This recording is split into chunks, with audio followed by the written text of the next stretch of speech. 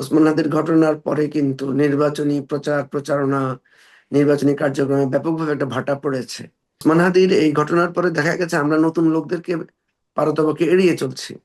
যে লোকটাকে চিনি না, সেই লোকটা যাতে আমার কাছে ঘেঁষতে না পারে, এই ধরনের একটা সিকিউরিটি ব্যবস্থা অটোমেটিক্যালি আমাদের রাজনৈতিক দলগুলো নেওয়া শুরু করেছে। আপনার ধারণা যে নির্বাচন ভণ্ডুল করতেই হচ্ছে এই হত্যাকাণ্ড, মানে আপনার কাছে এটা কেন মনে হলো যে এটা নির্বাচন বানচালের একটা ষড়যন্ত্র হতে পারে? দেখেন, ওসমান হাদিকে যারা হত্যা করেছে তারা কিন্তু একটা বিশদ প্ল্যান এর অধীনে ছিল, এবং আমরা বিভিন্ন ডাটা অ্যানালাইসিস করে দেখেছি ওসমান হাদিকে তারা নানাভাবেই হত্যা করতে পারতো, কিন্তু তাকে ইলেকশন ক্যাম্পেইনের মধ্যে গিয়ে একদম রাজপথে প্রকাশ্যে গুলি করে হত্যা করার পেছনে আমার কাছে যেটা মনে হয়েছে যে একটা মেসেজ দেওয়ার চেষ্টা করা হয়েছে। খুনিরা কিন্তু তার খুব কাছাকাছি পৌঁছে গিয়েছিল এবং তাকে খুব কাছ থেকেই তাকে হত্যা করতে পারতো, কিন্তু তাকে ফিল্ডের মধ্যে প্রকাশ্যে এবং মোটরসাইকেলের চেস করে এসে গুলি করে হত্যা করার এই যে নাটকীয়তাটা, এটাকেই একদম স্পষ্ট বার্তা দেয় যে নির্বাচনী ক্যাম্পেইনে যাতে সবাই ভীতি সন্ত্রস্ত থাকে। যেমন আপনি দেখবেন ওসমান হাদির ঘটনার পরে কিন্তু নির্বাচনী প্রচারণা, নির্বাচনী কার্যক্রমে ব্যাপকভাবে একটা ভাটা পড়েছে। সবচাইতে বড় কথা, আমরা যারা প্রার্থী এবারে নির্বাচনে, আমাদের সবারই একটা মানে আড়ষ্টতা তৈরি হয়েছে যে আমরা তাহলে নতুন কার সাথে পরিচিত হব, নতুন কার সাথে কথা বলবো, আমাদের সাথে যে এসে পরিচয় দিচ্ছে সে আমার ইলেকশনে কাজ করতে চায়, তাকে আমি বিশ্বাসের মধ্যে নেব কিনা, নাকি তাকে সন্দেহ করব। এই ধরনের একটা ভেতরকার একটা বিরাট শঙ্কা তৈরি করে ফেলেছে।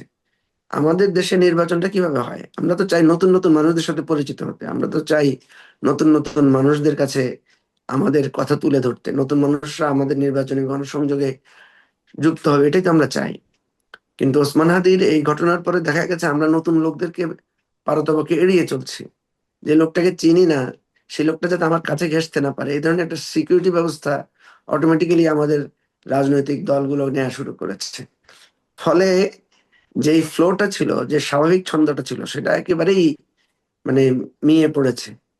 তো আপনি দেখেন আজকে প্রায় 1 সপ্তাহ পার হয়ে গেছে, এখনো সেই নির্বাচনী আমেজটা বা নির্বাচনী প্রক্রিয়াটা আবার আমরা শুরু করতে পারিনি। তো সেই জন্য আমার কাছে যেটা মনে হয়েছে যে এই হত্যাকাণ্ডের একেবারেই পরিকল্পনা থেকে শুরু করে এটাকে ক্লু করা এবং এটার প্রতিক্রিয়ায় যে গণমাধ্যমের উপরে আঘাত করা, এই টোটালটাকেই যদি আপনি মিলান, মানে আমি ষড়যন্ত্র তত্ত্বের কথা বলছি না, কিন্তু আপনি যদি 2-2-4, 4-2-6 মিলান, তাহলে দেখবেন যে পুরোটাই মনে হচ্ছে দেশকে একটা অস্থিতিশীল করা, এবং এই পর্যায়ে এই অবস্থায় নির্বাচন করা সম্ভব কিনা, এই ধরনের একটা পরিস্থিতি তৈরি করাটাই ছিল এই হত্যাকাণ্ডের উদ্দেশ্য। তো এই ব্যাপারটা থেকে আপনি যেটা প্রশ্ন তুলেছেন যে নির্বাচনে সিকিউরিটি সিস্টেম ওয়ার্ক করবে কিনা, নির্বাচনী বিতণ্ডা হলে সেখানে পুলিশ নিরপেক্ষভাবে, দৃঢ়ভাবে, সাহসীভাবে ভূমিকা রাখবে কিনা, এটা যথেষ্ট শঙ্কা তৈরি হয়েছে। এবং আল্লাহ না করুক এরপরে যদি আরো একটা দুইটা এরকম ঘটনা ঘটে এবং প্রশাসনের ফেলিউর যদি আরো বেশি স্টাবলিশড হয়, তাহলে আমি তো মনে করি নারায়ণগঞ্জে একজন প্রার্থী, আপনি দেখেছেন, বিএনপির মতো দলের একটা প্রার্থী তার আশঙ্কা প্রকাশ করে উনি নমিনেশন উইথড্র করেছেন, পরে যদিও আবারও বলেছেন যে না আমি ঠিক আছে, আমি ইলেকশন করব। তো এইভাবে হয়তো অনেকেই ইলেকশনে অনাগ্রহী হয়ে পড়বে, এবং তখন মনে হবে যে হয় একচেটিয়া একপক্ষীয় ইলেকশন করার জন্য কেউ চেষ্টা করছে, অথবা পুরো ইলেকশন প্রসেসটাকেই ভন্ডুল করে ভিন্ন মাত্রে কিছু করার জন্য কারো না কারো এখানে ইঙ্গিত আছে।